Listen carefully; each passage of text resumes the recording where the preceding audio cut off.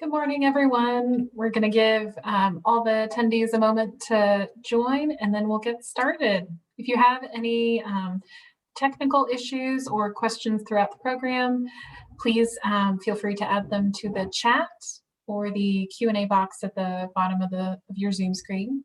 And again, we're going to give everyone a moment to join, and then we'll go ahead and get started. Good morning.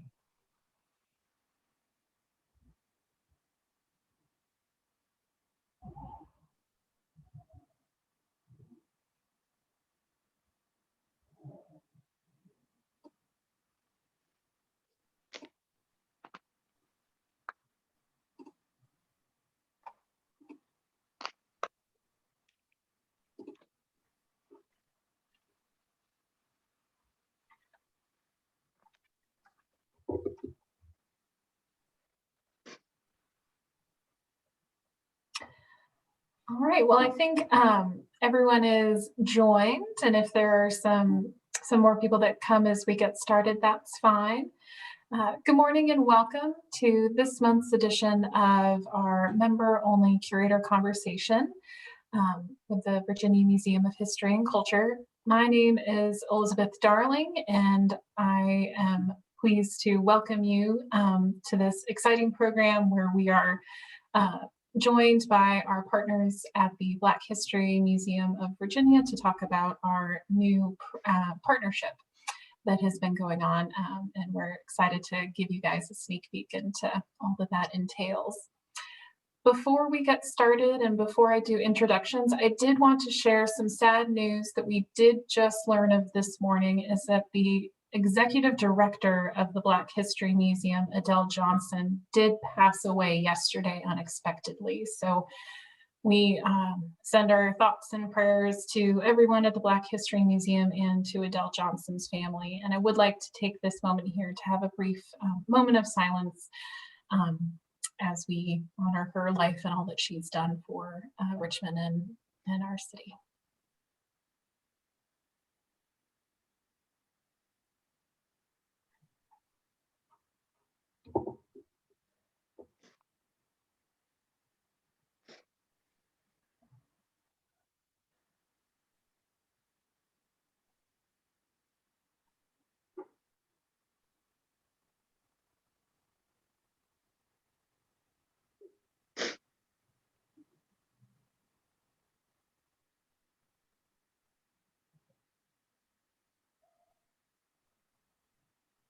Thank you for joining me in that. I'm sure that we'll hear more about everything that Ms. Johnson had done for us and for the museums and the cultural history of our city in the upcoming weeks. But thank you for joining me in that brief moment. As we get started, again, my name is Elizabeth Darling, and I'm the manager of membership and annual giving here at the Virginia Museum of History and Culture. And today, as I mentioned, we're going to be joined by a curator here at the VMHC, Paige Newman, and Mary C. Lauderdale from the Black History Museum of Virginia. And she is the Operations and Visitor Services Manager. And they're going to give a deep dive into the exciting moves and discoveries and collections that have been going on as our two teams dive into the history of our city. So without further ado, I'm going to pass it over to Paige and Mary. And I mentioned at the beginning, but if you do have questions or comments, we are going to have a Q&A section at the end. So please feel free to add those either to the Q&A section of the Zoom, or you can also add them to the chat, which we'll be monitoring. All right, thank you so much for joining, and Paige and Mary, it's all yours. Thank you, Elizabeth. Also want to thank Haley Fenner, my colleague. She's working all the magic behind the scenes, so she'll be helping us with that. Again, thanks for joining us this morning, and a big thank you to Mary for joining us today. We're happy to discuss our partnership, which happened, yes, October of 2019, when we found out we got an MILS grant. And MILS is the Institute, let's see, where's my paperwork? Make sure I get it correct. is the Institute of Museum and Library Sciences, which made this partnership able to happen. So I think before we kind of dive into that, I'd like Mary to talk about the Black History Museum, just kind of what's going on and then her role. So switch it over to Mary. So do you have a slide of Double O Clay? Yeah, yes, let's see. So we can just show that I'll take it back to the beginning, just a brief history. Okay. Good morning, everybody. I just wanted to give you a brief history about the Black History Museum and Cultural Center, Virginia. The Black History Museum is an institution that was founded back in 1981 by a man who was named Carol Anderson. And Mr. Anderson was born in 1894, always wanted to have a Black History Museum here in Richmond. And it took him to 1981 to see his dream come true when the Black History Museum and Archives was founded. It later changed its name to the Black History Museum and Cultural Center, incorporated in 1982, but it didn't have a building. They did some temporary exhibits and started collecting, and were meeting as a board and looking for a place to actually host a physical entity. And we finally opened up in 1991 at a building on Double O Clay Street, And that building was the old Adolph Dill Mansion, which later became the Black branch of the Richmond Public Library, the Rosa Dixon Bowser Library. And that was in 1932. Its last entity, really, before it became the Black History Museum, was Open High School, if you can believe that. And the Black History Museum opened up there in 1991. Mr. Anderson was actually 97 years old that year, and that's the year he passed away. But it just goes to show you that you never know how old you are when you have something left to accomplish. And we're very proud of this legacy. Now, we started to run out of room a few years ago, and so we took a look at the Armory building. Now, the Armory building was built back in 1895 for an African-American militia, and the militia being the precursor to today's National Guard. There were 5 armories here in Richmond, and this one was built for the African-American militia, the 1st Virginia Colored Volunteers, and actually by Blacks. The contractor on the job was Armstead Walker, Maggie Walker's husband. The building opened up in 1895 and was only an armory for 3 years.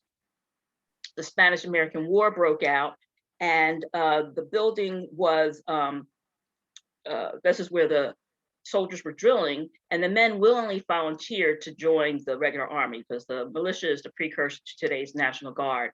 So they were very well trained. However, they decided to promote white officers above those Black men, and the men revolted. And in the end, rather than promoting any of the Black men into officers' positions, they ended up disbanding the unit. So the building then went back to the city. The city had paid for the building. It was voted on by city funds. And it reopened in 1899 as a school. It was the Monroe Elementary School. It was the Benjamin Graves Middle School. And then later, during World War II, it was used for Black soldiers when they came through the city. And then it was part of Armstrong High School. Its last entity before it closed was Benjamin Graves Middle School. There was a fire in this building in 1980. The building closed, and it sat vacant for 22 years with rain, snow, sleet, hail coming in the building. The fire had taken out the roof of the building and the 2nd floor. And so it was very bad disrepair internally.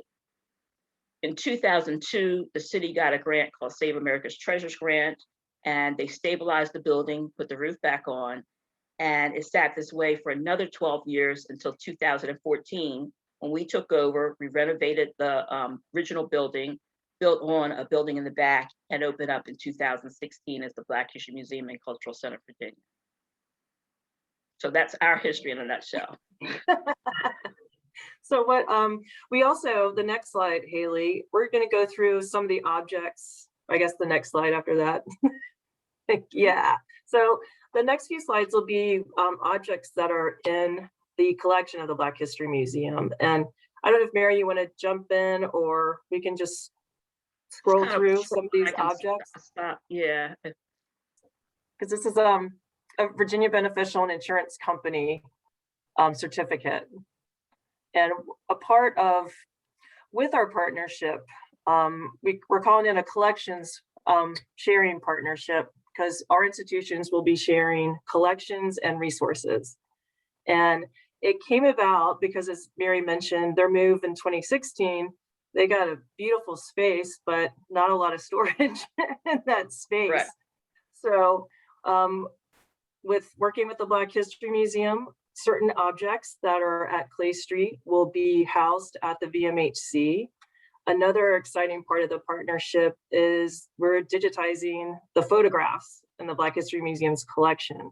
And that will provide public access, and you'll be able to see these photographs on our website and also the Black History Museum's website. And we hope, I'm thinking the time frame, I'm hoping that work starts getting done. And there's Mary and I getting done. And hopefully this fall, we can hopefully start seeing some photographs available. Can you do the next slide? Yeah. So these are two, actually the hat, there's a specific name, I think, for the hat, but that is from Virginia Union University, I believe. And then the watch, Mary, I don't know if you remember which company. That from the Waller's Jeweler collection? Yes. And Waller's Jeweler was one of first Black jewelers on Broad Street, and his business still exists there today. Okay, well. Next slide, Haley. And these are actually the Capital City Band. There's an image in your collection. I guess around the 70s, that will be a part of the exhibit. You'll see the photograph. This hat will not, but just to give you an idea of what interesting materials are at the Black History Museum. And Mary, that's the hand, that's from a recent donation. Correct. We, from the Black Lives Matter demonstrations this past year, we got a nice collection of memorabilia from what happened this past year, which we hope to soon have on display. Yes, yes. Next slide, Haley. And then this goes into what we are doing. Like we're digitizing photographs, we're sharing collections, and this part is VMHC Heather Beatty. She is inventorying and cataloging. So through at Clay Street, we're inventorying and cataloging everything that's at Clay Street. And this work started end of last year. And I don't know if you want to talk a little bit about it, Mary, or just. I do want to say, just understand, Black History Museum is officially 40 years old this year. So we're a very young institution in comparison to Virginia History and Culture Museum. You guys are how old now? We're getting up there. We were established in 1831. Wow, okay. Yeah. So whatever year, how many years that is, 170 something, 79? Yeah, it's getting there, yeah. Anyway, so, and we're a small staff. So to have this partnership is very beneficial to both ourselves and to Virginia History and Culture, because we can share the collections, we can augment each other's knowledge, and conserve resources. Rather than reinventing the wheel, we have a way that we can, you know, more or less learn from others, you know, trials and errors. Right. Next slide, Haley. Just give you, and then this is, there's textiles. So in addition to just some of the images you've seen, there's portraits in the Black History Museum's collection. Gosh, I feel like there's everything in your house. Mm-hmm. And just what I've seen. There's three-dimensional objects, there's text, there's just a little bit of everything. It's everything. It is. The school uniforms, like the hat, and then this is at Clay Street, you know, just organize. You can see little tags and Armstrong High School banner. There's World War I material, Maggie Walker High School yearbooks, and actually Armstrong High School yearbooks too in the collection. And next slide. That's just to give you an idea of the different types of work. And there's jewelry, there's pens. I think these might be like small, not quite sure. I didn't look at it. We were just trying to take more action shot photos to give people an idea of what's going on behind the scenes. So next slide, Haley. And then Mary's dropping some knowledge on me about this photograph. This is a portrait of, I believe this is Colonel Charles Young. This is early 20th century. Next slide, Haley. And this is a recent donation too. It's a great one.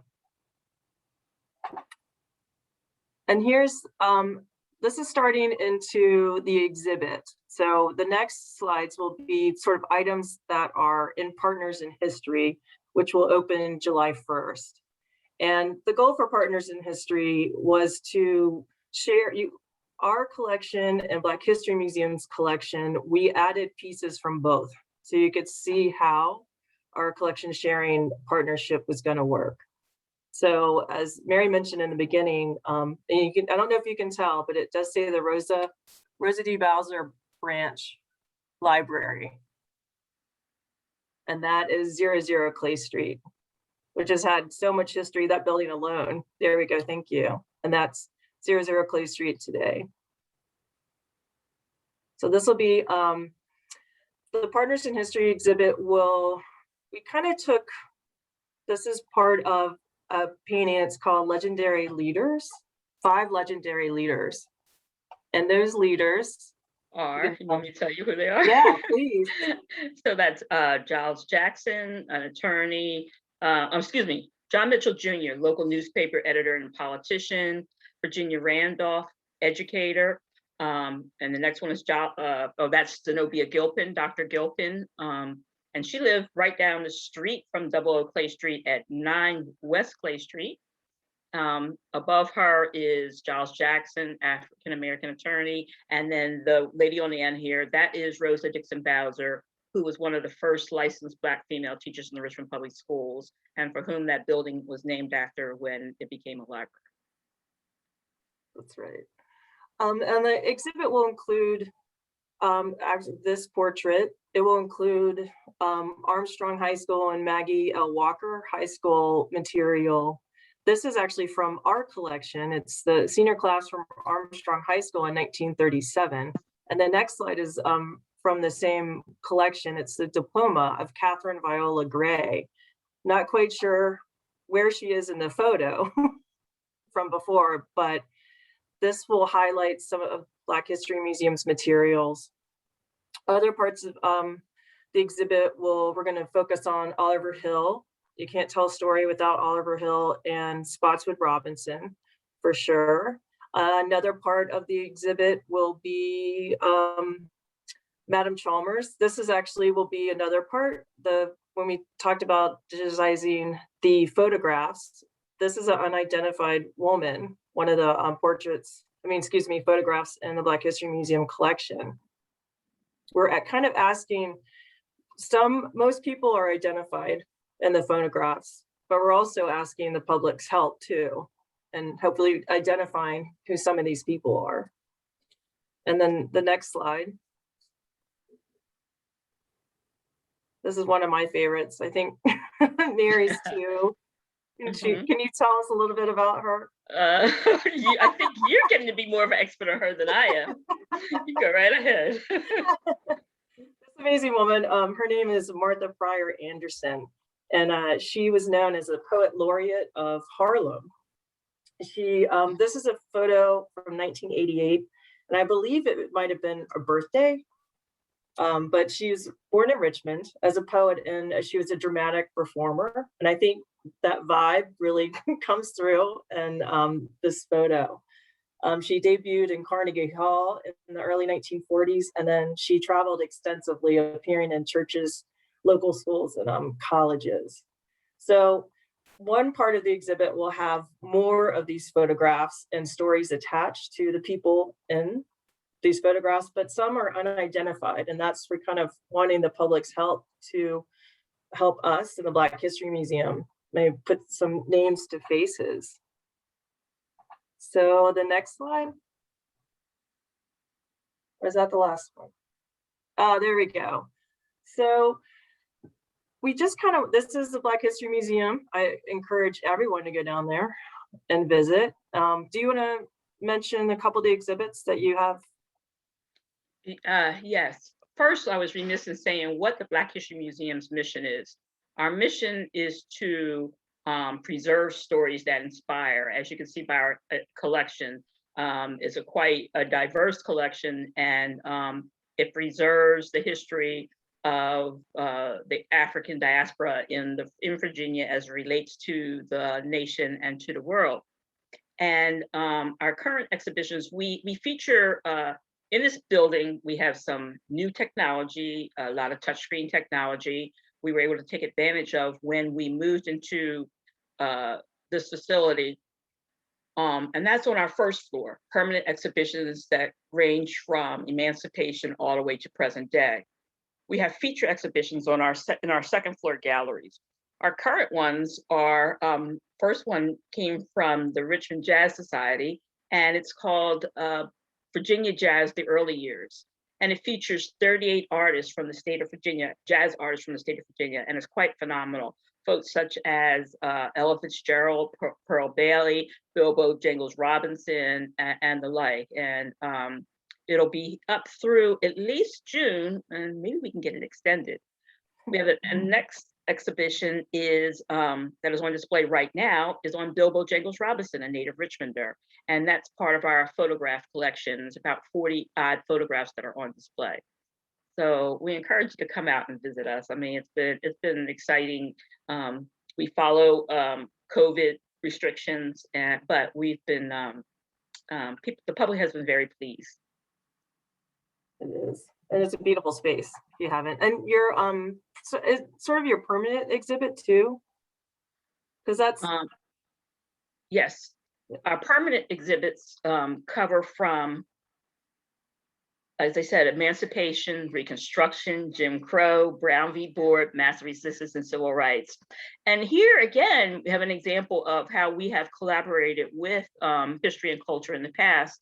We have one piece on display, which is the prototype of the Arthur Ashe statue that is on Monument Avenue. And that's on a perpetual kind of loan to us, which is a really great asset for us. And it's a way to showcase collections across Virginia. That's wonderful. So in addition to this exhibit, our partnership with the grant, with its funding, the cataloging, the doing inventory, digitizing photographs, sort of following next year, you're going to see more programs either from us in education programs, or we're going to do more community outreach concerning our partnership. And the first of this is with our exhibit Partners in History, which will open July 1st. So hopefully you'll stay tuned and just stick with us throughout as we try to, I guess, socialize more under still the pandemic and COVID-19 guidelines. But we are excited for this partnership and excited. Love hanging out with Mary. So I'm excited to do more programs with her. So we can open it up to questions if anyone has questions, or we can answer those. Oh, right. So we do have some questions in the chat. So a question about our upcoming at the VMHC, our exhibition, our spotlight exhibition on collections from the Black History Museum and our partnership. There was a question about whether or not it would be a virtual exhibition as well. And to clarify, it is just in person for the moment, but we are also trying to create a digital component for the show. So as Paige mentioned, COVID is an interesting time. So we're all trying to roll with the changes that are going on. So there may be a virtual component to that later on this summer, so stay tuned. But yeah, it will be in person, an exhibition opening July 1st. So we do have a question for Paige and or Mary. So can you talk about the process of cataloging a partner collection? So I guess clarification there is who does what? Does it always follow the same path, or is it with each time you have to decide something different? I think, yeah, it's always different. And the goal isn't really we have our way of cataloging and inventory, and it's also not to take away all the work the Black History Museum has already done. So right now we're in cataloging, we have to create our own catalog number that fits with the way our system works, but also maintain what the Black History Museum has already created. So it's we're just meshing the numbers, and with each depends on the collection and the items. I think the photographs will be done differently than, say, the objects themselves. But hopefully the goal is and we're still not sure which select objects will be at our institution. So that's going to be something we'll have to work out too. Great. And another question I have here in the chat, and feel free, our attendees, feel free to add more. We'll get through as many as we can. So how will people access the collections? Is it on both the VMHC website and the Black History Museum website? Paige, I know you mentioned the photographs, but what about more, I guess, 3D objects? Like you have that photo of the hat. Yeah, there are, as we mentioned at Lee Street, there is storage and pieces that will be available. That's something we'll have to definitely work out. So not to get confusing for people if they show up at our institution and not the Black History Museum. So that's something that we still have to work out. I don't know, Mary, if you have any insight to that. I think the first is that we're coming up with a system that we can cross-reference, which is probably the most challenging part of this, cross-referencing and working at a system. VM History and Culture Museum has a great database, has a great program, that's the word I want, that they utilize, and it's just getting our artifacts to mesh with theirs, and then a way to cross-reference them so that the integrity of their collection stays intact and numbering system, and also can cross-reference with ours. So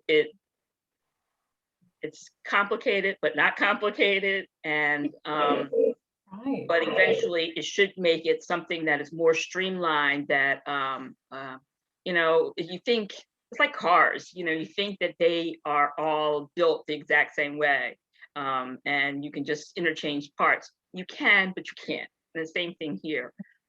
But it would be a great way that we become more streamlined, and hopefully with other museums throughout the state, that all of us can start to work better together and share collections by having this process kind of worked out. Definitely. Great. I do have another question from the chat. This is for Mary. Are there any materials related to the Revolutionary War at the Black History Museum? One of our attendees says, I recently found information on my Black Revolutionary War ancestor that I believe was from Virginia. Right now, we do not. We have concentrated from the period of Reconstruction, from Emancipation forward. Not to say there aren't some things in our collection prior to that. We do talk about folks from the Revolutionary War, like James Lafayette. That's from about the 1740s. But yes, we'd be interested. I mean, the more information we all can share, the better. And we would be interested in seeing some information that you have and seeing what we do have that maybe we can help you with. Understand that our collections and our archives are in flux because of the digitization process. So most immediately it's hard to access it, but we're looking to make it in such a way that I could answer you that question. Oh, I know exactly what that answer is, but right now it's a little, it's a little difficult. All right, wonderful. And then another one for Mary is, what is your favorite object or story in your collection? And is it on display, or is it in the midst of being digitized and we can see it all in the future? Wow. I know, pick just one. Just pick just one. Wow. I'll tell you one of my favorite stories, I guess. We do have this is in our permanent exhibition in our on one of our touch screens. We have a page of something you guys might be familiar with called the Green Book. And the Green Book is a publication that was published from 1936 up until the 1960s, which was a travel guide for Blacks. There was a time when Blacks were having difficulties when they were traveling throughout the United States, whether they could even buy gasoline somewhere or go to the bathroom or a place to eat. And this was throughout the whole country, not just the South. And one of the screens has a page from the Green Book it goes from Norfolk up to Washington, D.C. And it's pretty cool. It's about the 1950s, but it mentions, it has Eggleston's, if you guys are familiar with Eggleston's. Talks about some homes on Clay Street. It mentions the home on Clay Street. In the story there, it's a woman that opened up her home to tourists. We talk about Airbnb today. This is a different way of advertising, but it's the same idea. Nothing new is under the sun. Even the service stations that Blacks could frequent without being discriminated against.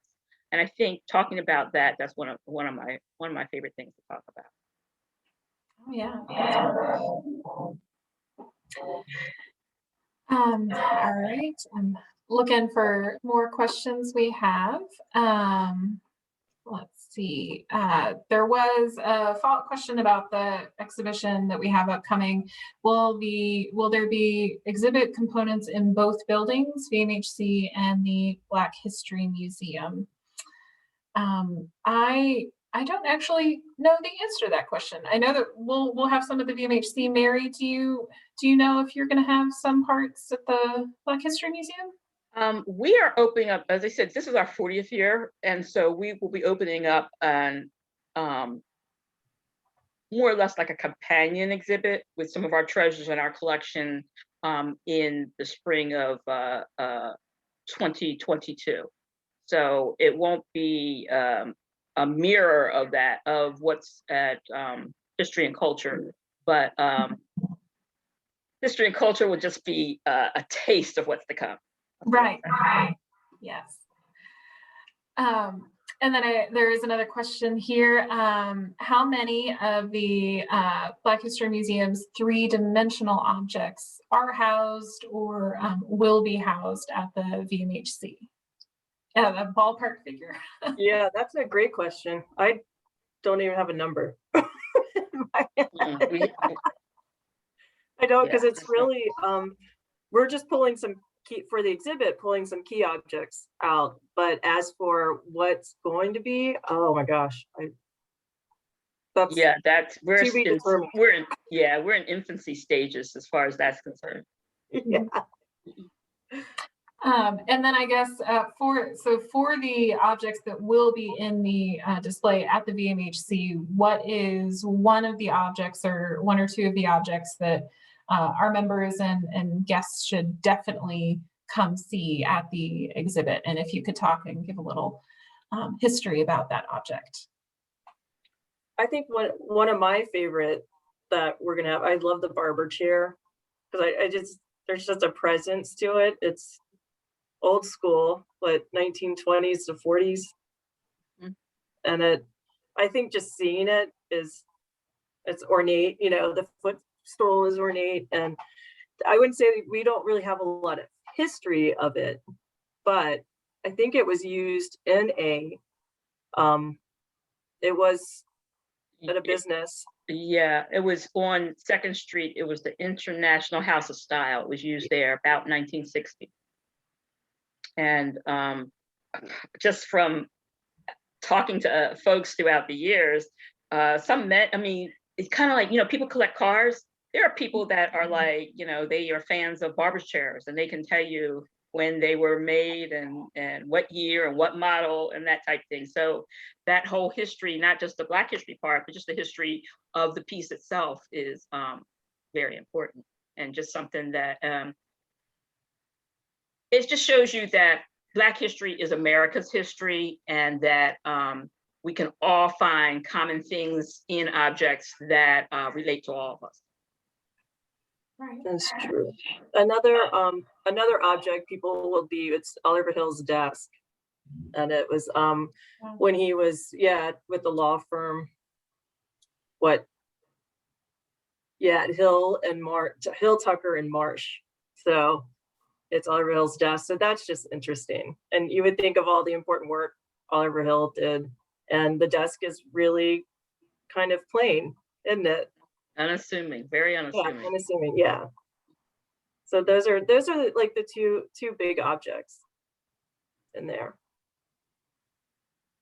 I don't want to give it all away. I got to come and see it. Yes, exactly. You have to come see it as well. Yes. And then I have a note here, Mary. You mentioned one of your favorite collection pieces and stories from the Black History Museum's collection is the Green Book, and I believe that you had a family connection to the Green Book with a family business. Is that correct? Yes. Extant copies of the Green Book can be found on the website. It's the New York Public Library, the Schomburg, which is the Black History Museum up in New York, and they're part of the New York Public Library. And they've scanned in copies of this, and you can basically flip through it digitally. And so, and there's also reprints available of the publication. And by flipping through it online, I came across a page. My family's originally from Louisville, Kentucky, and my grandmother had a beauty shop. And I found her advertised there in 1940 through the early 1950s. That she actually advertised in the Green Book, which was really, really cool. And interesting thing is that I recognized the address. They lived above it. They lived above the beauty shop. And my dad is deceased now, but he was born at home. And his story, unfortunately, I didn't discover this till after he passed away a few years ago, but he used to talk about he was born on the floor of the beauty shop, which is suspect, very suspect story. He was born at home. They didn't make it to the hospital, but my aunts, who are now deceased, were just like a year or two older than them, so they couldn't remember, but they said, yeah, I don't see why she just would have had him, while she was still working. But he made it out to be like she was curling someone's hair and she had him. But my dad liked to tell tall tales. But as I was saying, anybody, you might see a business in there that relates to your family. By showing it to my one aunt before she passed away, a barbershop, it was one of my cousins that I didn't know that family connection. I didn't know that last name. So one thing just leads to another when you thumb through this book. So I hope other folks find treasures like that about their family. Right. And I also, this is my own personal question, but I went to the museum maybe a year or so ago. It was when you had the Monticello partner exhibition there. And then I remember in one of the rooms you had a very large touch screen that you could search on a name, and would pull up genealogical information? Yes. Can you talk more about that? Because I was really fascinated by it, and I didn't have time to play around with it. But now that I have you on the line, yes. Can you talk more about that? We have this great touchscreen table. It is locked on the FamilySearch.org site, which is a free site, and folks can come and they can research. They can type in their family name and see if they can find one of their family members. And it has the census records up until 1940. It's got death certificates. It's birth certificates. It's got most items that you can find online. Family Search is a free site, and I personally use it along with Ancestry, which you have to pay for. Use those two together to research records on my own family. But folks can come in, get on the screen, it's kind of cool to be a big screen. You can touch it. We don't have it is very large. Yeah. Yes. And it really piques your interest. You can go sign up at home after that. You can take a snapshot of what you see there. You can't print there, but you can at least, you can take your phone out and take a picture of it and then go home and dive even deeper. It's really cool, and it's really helpful to some folks that have not tried it. They were scared to try it at home. They try it there, and then they're real excited when they get a hit. And I'm real excited when they get a hit, because your success is my success. Right. And I believe, Paige, is this true that at our location in our research library, you can access ancestry.com? You can when in our you're library. doing research in the building, I believe. Yes. So we've got genealogy going on all over the place. And then last call for questions from our attendees. And we'll ask just a couple more here where I want to honor everyone's time.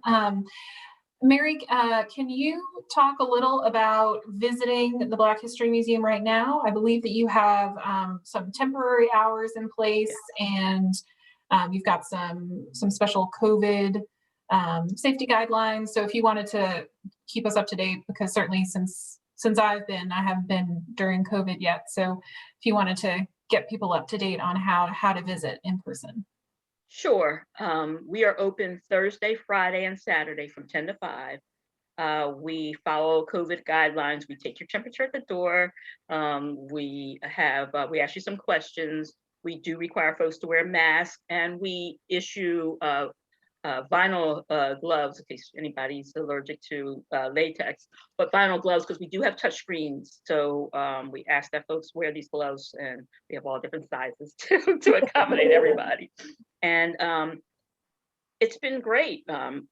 Everybody is, we maintain social distancing, and everybody that's come through since we reopened July of last year after being shut down from March through June of last year. And since we've been reopened, it's been a good ride.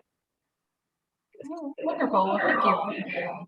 I'm looking forward to going back soon. My mom and I usually pick a place around town and we go check it out.